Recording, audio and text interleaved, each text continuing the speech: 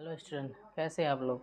उम्मीद करते हैं आप लोग बहुत अच्छे होंगे और अपने एग्ज़ाम की तैयारी कर रहे होंगे। ठीक है, आज मैं यहाँ पे जो है ना समांतर श्रेणी क्लास 10 का जो आपका समांतर श्रेणी चैप्टर होता है, उस चैप्टर को जो एक चैप्टर है एपी यानी कि अरिथमेटिक प्रोग्रेशन, उसको क्या करने वाले हैं, सही से एकदम पूरा डिटेल्स में समझने वाले हैं। ठीक है, जो आपके एग्ज़ाम के लिए क्या बहुत ज़्यादा इंपॉर्टेंट है।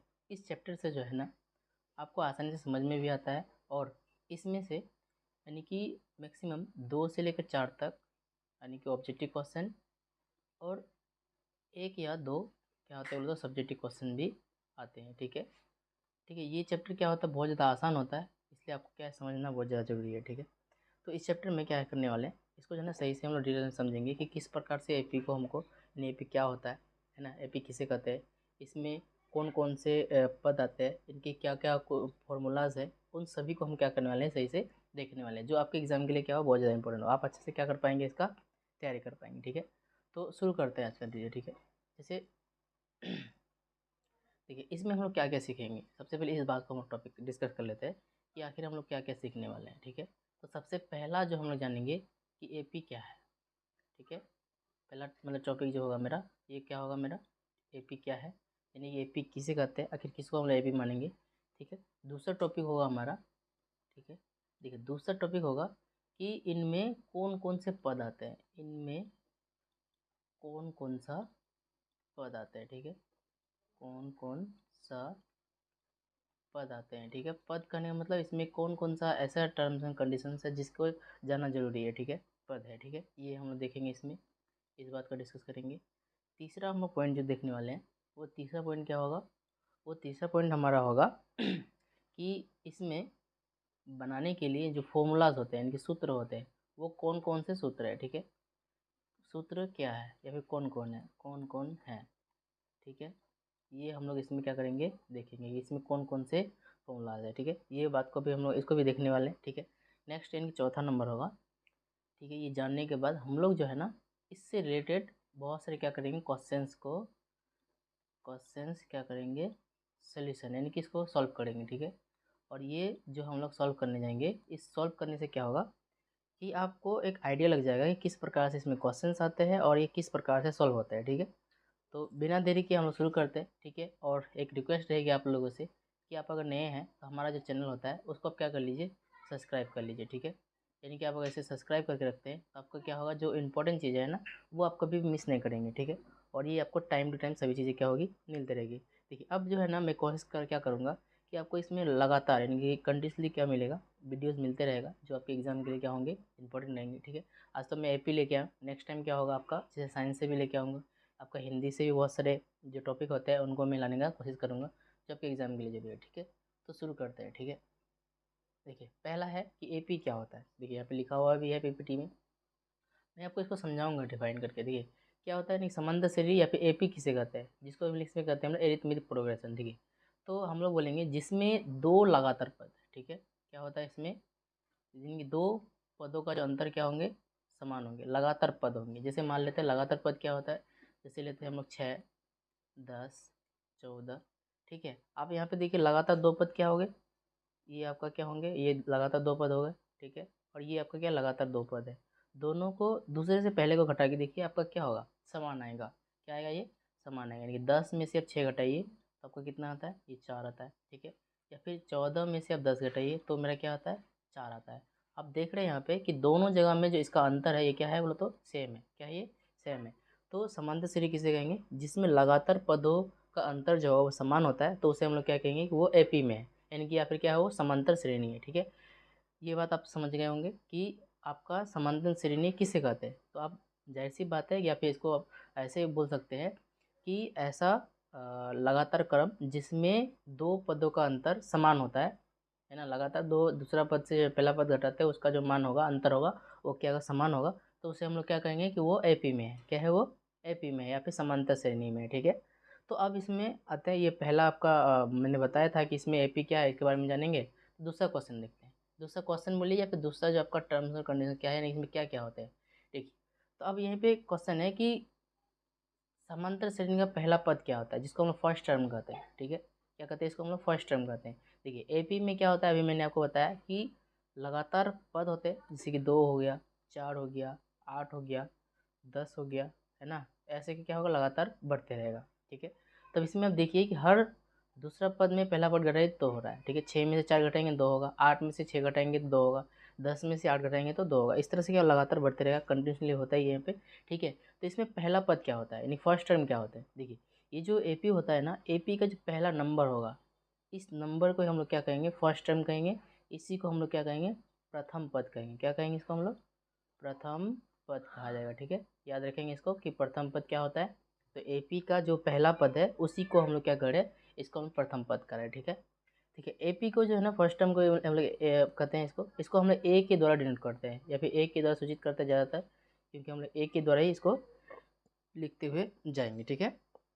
चलिए, ये हो गया आपका कि ए आपका क्या होगा, पहला पद होगा, ठीक है, कोई भी एपी का। दूसरा देख लेते हैं हम लोग। दूसरा क्या टॉपिक है कि समांतर श्रेणी का, यानी कि देखिए समान अंतर क्या होता है, ठीक है। या फिर देखिए, अभी मैंने आपको बता रहा था कि लगातार दो पदों का अंतर क्या होगा, समान होगा। अब यहाँ पे इस एपी में देखिए, है ना, यहाँ पे एक उदाहरण दिया हुआ है ना। उदाहरण में क्या है आपका, है 3, 6, 9 और 12, ठीक है। ये इस तरह का दिया हुआ है। इसमें देखिए कि हर दो पद का अंतर कितना हो रहा है ना। हर दो पद का अंतर कितना है, आपका देखेंगे कि इसमें क्या है, आपका जो अंतर है आपका, यानी जिसको हम बोलते हैं समान अंतर, यानी कि समान अंतर, या फिर समान अंतर बोलिए, या फिर समान अंतर बोलिए, कितना है आपका, वो है आपका 3 है। तो एपी का जो समान अंतर होगा उसे हम लोग क्या कहेंगे, जो घटाएंगे, हर दूसरा पद में से पहला पद घटाएंगे, जो मान निकलेगा उसी को हम लोग क्या कहेंगे, समान अंतर कहेंगे। जिसको हम लोग क्या कहते हैं, कॉमन डिफरेंस बोलते हैं। क्या बोलते हैं हम लोग, कॉमन डिफरेंस, ठीक है। क्या कहते हैं, कॉमन डिफरेंसेस, ठीक है। याद रखेंगे इस बात को हम लोग। और इसको हम लोग किसके द्वारा सूचित करेंगे, या फिर किसके द्वारा इसको जानेंगे, तो इसको हम लोग डी से सूचित करेंगे। किससे करेंगे, डी के द्वारा इसको डिनोट किया जाएगा, ठीक है। याद रखेंगे इस बात को, ठीक है। चलिए, ये चीज़ हो गई।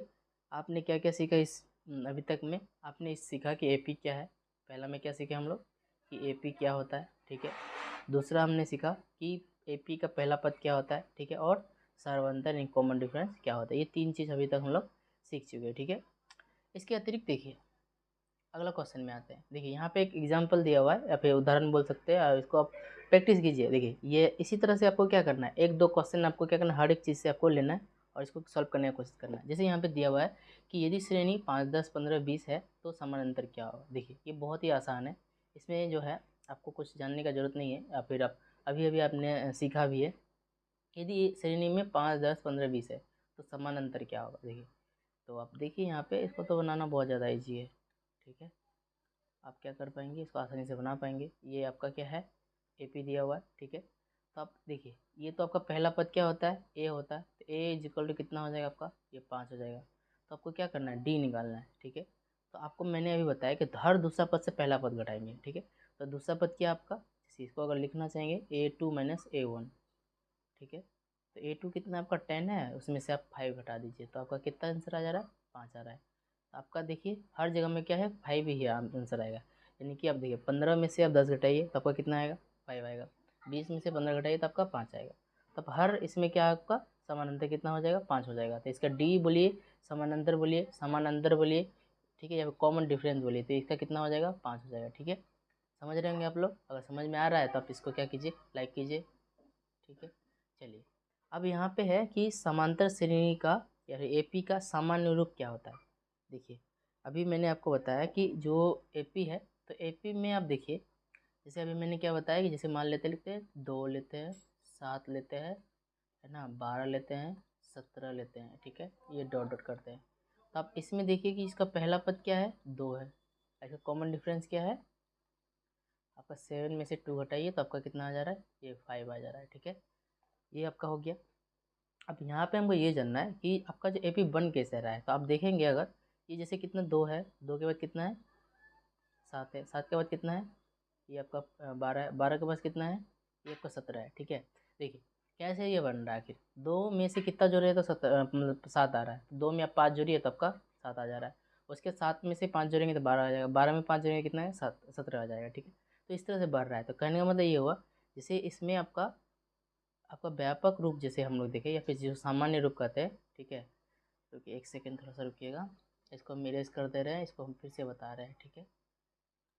ठीक है, इसको हम फिर से बता रहे हैं। चलिए ये नहीं हो रहा है, ऐसा रहने दीजिए, फिर से हम इसको देखते हैं, ठीक है। तो जो AP का आप बोलेंगे कि व्यापक रूप क्या होता है, व्यापक रूप, देखिए तो AP का जो व्यापक रूप होता है वो क्या होता है, देखिए तो ये आपका A हुआ, यानी कि देखिए A में आप D जोड़ दीजिए तो A प्लस D हो जाएगा, ठीक है।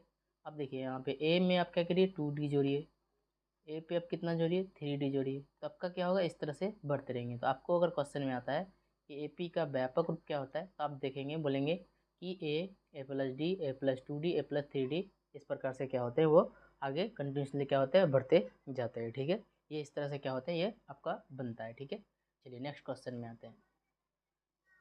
देखिए देखिए यहाँ पे दिया हुआ है, यदि श्रेणी में 3, 7, 11, 15 है तो इसका समानांतर क्या होगा। देखिए इस क्वेश्चन को मैं सॉल्व नहीं कर रहा हूँ, इसके ये क्वेश्चन जो है ना मैं आपके लिए क्या कर रहा हूँ, छोड़ रहा हूँ। आप इसका आंसर जो है ना निकाल करके कमेंट में दीजिए, ठीक है। आप सोच सकते हो होमवर्क है, ठीक है। ये लोग आपका इसका एक कीजिए आंसर दीजिए आपका, ठीक है। आंसर कहाँ पे देना है, कमेंट में देना है, ठीक है। इसका आंसर क्या होगा बताइएगा आप, ठीक है। चलिए बहुत आसान है, ईजी है। चलिए अब यहाँ पे आते हैं कुछ फॉर्मूलाज के बारे में। यदि समांतर श्रेणी का पहला पद 5 है, समानांतर 3 है और अंतिम पद 50 है तो कुल कितने पद होते हैं। चलिए आपको मैं और कुछ इससे पहले बता देता हूँ। जैसे देखिए आपको यहाँ पे जानना है कि nवां पद क्या होता है। देखिए ये nवां पद, देखिए एक नया फॉर्मूला आ रहा है, नया टाइप का मैथ भी है, ठीक है। तो nवां पद का फॉर्मूला होता है a plus n-1 into D. ये क्या है, nवां पद का फॉर्मूला है, ठीक है। क्या है ये, nवां पद का फॉर्मूला हो जाएगा, ठीक है। ये जान रहे हैं हम लोग, ठीक है। अब देखिए यहाँ पे nवां पद का फॉर्मूला हो गया। अब यहाँ पे जो है ना और इसके बारे में और जानिए, ठीक है। देखिए क्या बोलता है पहला क्वेश्चन में कि समांतर श्रेणी का पहला पद 5 है और समानांतर 3 है तो अंतिम पद 50 है, यानी अंतिम पद कितना है 50 है, तो कुल कितने पद होते हैं, ठीक है। देखिए यानी कि इसको अगर हम लोग शॉर्ट में लिखते हैं, शॉर्ट में क्या लिखना, जैसे देखिए ये आपका तो यहाँ फॉर्मूला हो गया, ठीक है। तो आपका क्या दिया हुआ है, ए बराबर 5 दिया हुआ है और डी जिसको समांतर बोलेंगे कितना है 3 है, और एनवा पद को हम लोग क्या बोलते हैं, ए एन बोलते हैं, क्या बोलते हैं ए एन। कितना दिया हुआ है 50 दिया हुआ है, ठीक है। तो हमको बोलता है कि एन कितना होगा, क्या होगा एन कितना होगा, यानी भी एन बराबर व्हाट, ठीक है। ये आपका क्या है, आपका क्वेश्चन है, ठीक है। चलिए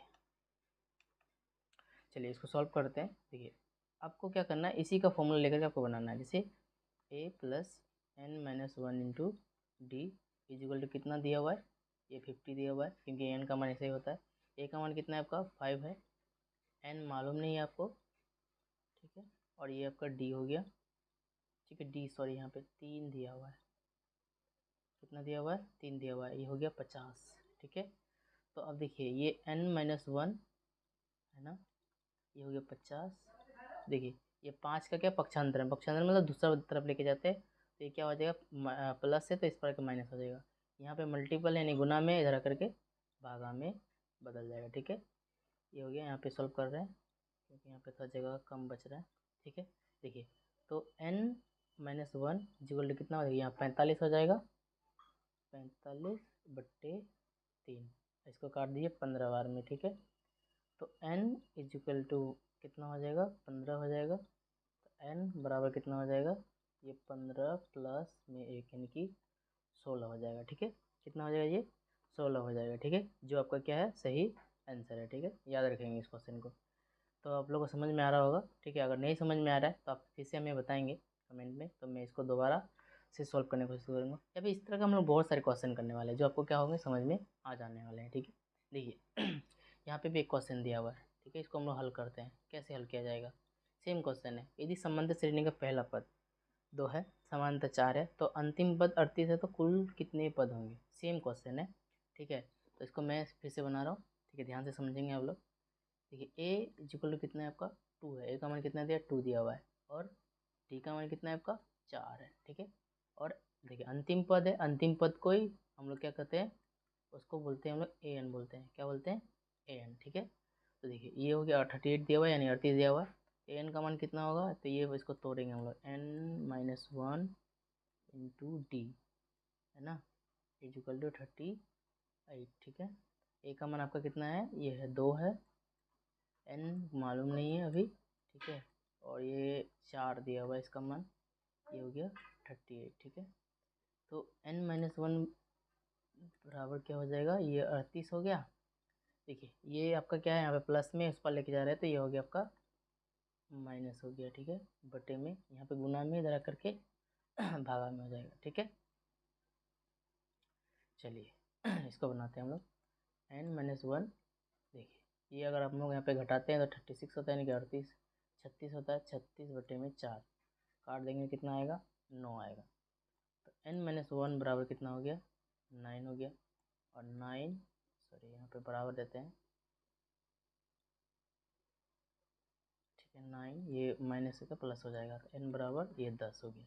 जो आपका क्या है, यानी कि इस एपी में जो है कितना पद होगा, इस एपी में आपका कुल मिला करके 10 पद होंगे। कितने पद होंगे, 10 पद, ठीक है। चलिए नेक्स्ट क्वेश्चन में आते हैं। नेक्स्ट क्वेश्चन को करते हैं कोशिश, इसमें देखते हैं कैसा होता है। देखिए अब यहाँ पे दिया हुआ है, यदि समांतर श्रेणी है, ठीक है, 3, 7, 11, 15 और डॉलर 43 है, तो इनमें कुल कितने पद हैं, ठीक है। कुल कितने पद हैं, यहाँ पे पद होगा, पद है, ये टाइपो हो गया है, ठीक है।